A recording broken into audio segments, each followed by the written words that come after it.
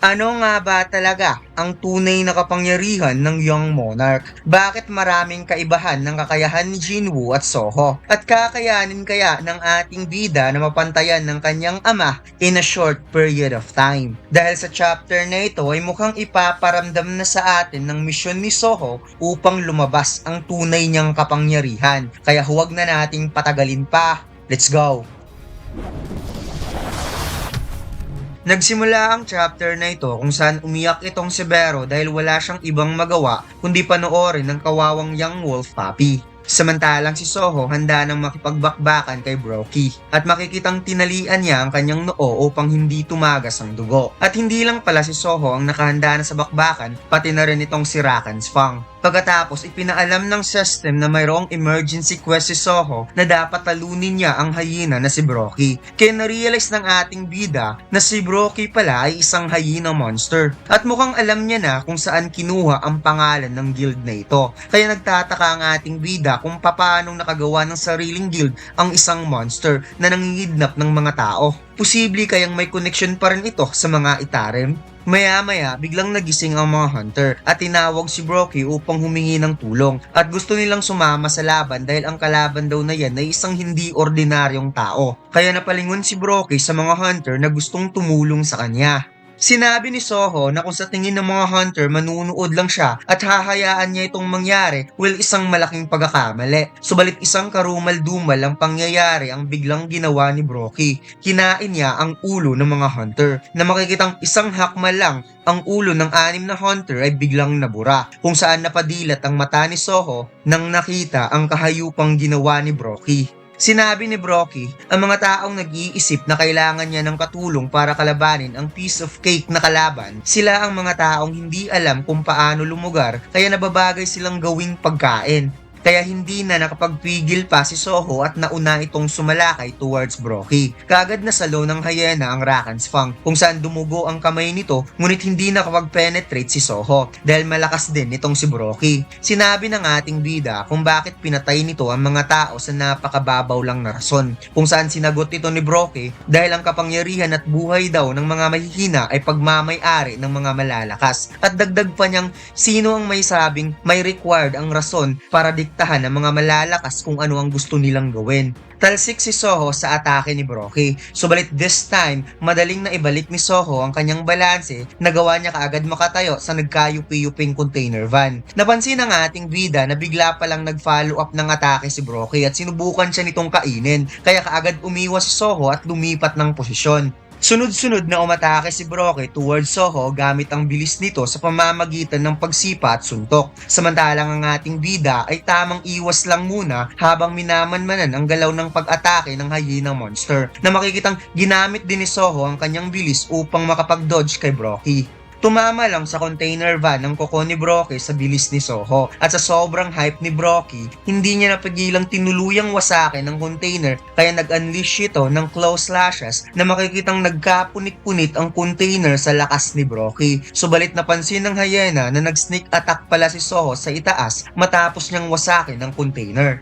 At dito'y gamit ang Rakan's Fang Sword, ginamit ng ating bida ang Storm Slash skill kung saan hindi na ito napigilan ng hyena sa sobrang daming slashes na tumama sa kanya. Kaya mas lalong ginaganahang makipaglaban si Brookie at hinamon pa si Soho kung ito lang ba ang kayang gawin nito. At sa ngalan daw ng yumaong Monarch of Fang, ang relic ay umiiyak sa sobrang hina ng Rakan's Fang. Subalit hindi niya namalayang ginamit pala ni Soho ang Ruler's Authority upang siya ay i-backstab gamit ang minamaliit niya na espada na si Rakan's Fang. Sabay sinabing hindi pa ako tapos, rotate. Kaya pinaikot ni Soho ang espada upang mas lalo itong bumaon sa likod ni Brookie. Habang umiikot si Rakan's Fang sa likod, tinatanong niya si Brookie kung bakit ito nagbago ng ganito at pinupoint out niya na si Brookie nanumpa ng loyalty and honored sa Monarch of Fang Rakan. Subalit bakit ito ang kanyang ginawa?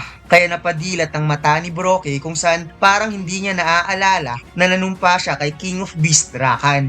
Biglang umilaw ang kakaibang simbolo na nasa mata ni Brocky, kung saan mas lalo itong lumakas at effortless na hinawakan si Rakan Swang kahit na ito ay umiikot. Pagkatapos buong lakas niya itong binali at inihagis sa ground at sinabi na never siyang nanumpa sa King of Beast. Galit na sinabi ni Brocky kay Rakan Swang na hindi niya nire-respeto ang King of Beast. Nagpakumbaba lang siya kay Rakan at that time, subalit kung iniisip nito na magpapatuloy siyang mamuhay na isang mahina, isang malaking pagkakamali. Napasigaw si Soho sa sobrang pag-aalala kay Fang dahil tuluyan itong nasira at sinubukan niya itong kunin upang iligtas, subalit tinamaan siya ng matinding uppercut ni Brocky, kung saan sobra niyang ininda ang napakatinding sakit na wikang parang nagkabali-bali daw ang kanyang buto sa katawan. However, biglang naaalala ni Soho ang kanyang ama na nakipaglaban ngayon sa napakalayong lugar, kaya hindi pwedeng magtatapos lang ito ng ganun lang kasimple. Kaya itinaas ni Soho ang kanyang right arm at umapaw ang napakatinding shadow sa kanyang braso upang gamitin ang shadow extraction form change. Kaya sa pulsa sikmura si Brocky na makikitang tumagos ang impact nito sa lakas ng suntok ni Soho. Subalit hindi rin nagpatinag si Brocky kaya nakipagpalitan ito ng malakas na suntok sa ating bida. At si Bero ay sobrang nag-aalala para kay Soho na no choice dahil ang tanging magagawa lang niya ay manood. Alam nyo bang sobrang angas pala talaga kapag masusuot mo ang John Mac t-shirt, lalo na't napaka-komportable pala nitong suotin dahil sa telang high premium quality at napakakapal pa. At hindi ko talaga pinagsisihan na araw-araw ko tong sinusuot dahil sobrang angas ko palang tingnan, yung tipong lahat ng tao ay titingnan ka sa sobrang tingkad ng kulay ng DTF printing natin. At ang pinakamaganda sa lahat, sale ngayon sa Shopee ng up to 30% off. Kaya saan ka makakakita ng high premium quality na sobrang angas at napakaganda pa ng print quality? Limited orders lang po tayo mga lords, kaya huwag na nating patagalin pa. Let's go!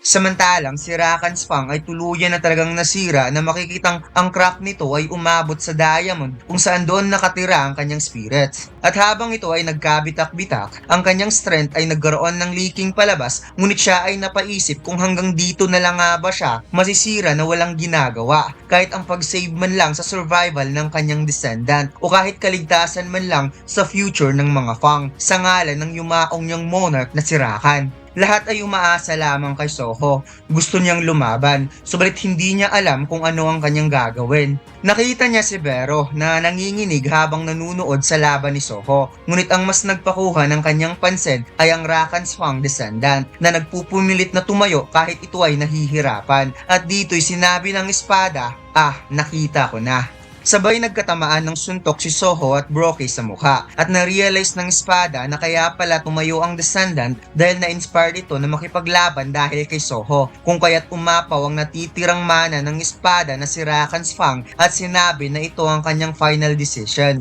at sisiguraduhin niyang makakaya niya itong gawin. Ibibigay niya ang natitira niyang lakas sa descendant, bagay na ikinagulat ni Bero nang napansin niyang inilipat ng espada ang kanyang mana doon sa young wolf puppy, kung saan unti-unting lumalaki ang descendant at umapaw ang napakatindi nitong mana. Samantalang nasa pool si Soho ng napakalakas na atake at nagawa naman niya itong madepensahan, ngunit tumalsik pa rin ang ating bida ng sobrang lakas at muling bumangga sa container van. Bumaba ng 21 ng HP ni Soho out of 2,350, ngunit hindi pa rin sumusuko ang ating bida. Nakataas pa rin ang kamao nito just in case at napaisip na akala niyang nag-grow na ang kanyang lakas, subalit siya ay napatanong kung kaya ba niya itong talunin. Kung kaya't dito'y biglang sumalakay si Brocky upang tapusin kaagad si Soho, ngunit biglang nanginig ang nakataas na kamao ng ating bida at unti-unti itong bumababa, kaya napasyet na lamang siya dahil mukhang katapusan niya na. Subalit sa hindi inaasahan, may biglang tumalon at kinagat ang braso ni Brocky, kung saan nagulat nga dito ang ating bida dahil hindi niya kilala kung sino at saan galing ang lobong ito. Umilaw ang simbolo na nasa mata ni Brocky na parang nakilala niya ito habang dumudugo ang kanyang braso. Samantalang nagulat pa rin ang ating bida sa kanyang nakita at hindi makapaniwala. Ngunit ang mas ikinagulat niya ay biglang sinabi ng system ang Fang descendant ay gustong bayaran ng tribute ang fighting spirit ng isang player. At tinatanong siya ng system kung gusto ba niyang i-recruit ang Fang descendant as a colleague. Kaya napadilat ang mata ng ating bida habang tinitingnan ng wolf na nasa harap niya at napatanong na di ba ang Fang Descendant ay maliit na wolf kanina. At ngayon malaking question pa rin para sa kanya ang sinabi ng system ang recruit as a colleague. At dito lang nagtatapos ang ating kwento mga lods. Huwag mo sanang kalimutang mag-like, comment at mag-subscribe sa ating YouTube channel at mag-follow sa ating Facebook page. Salamat!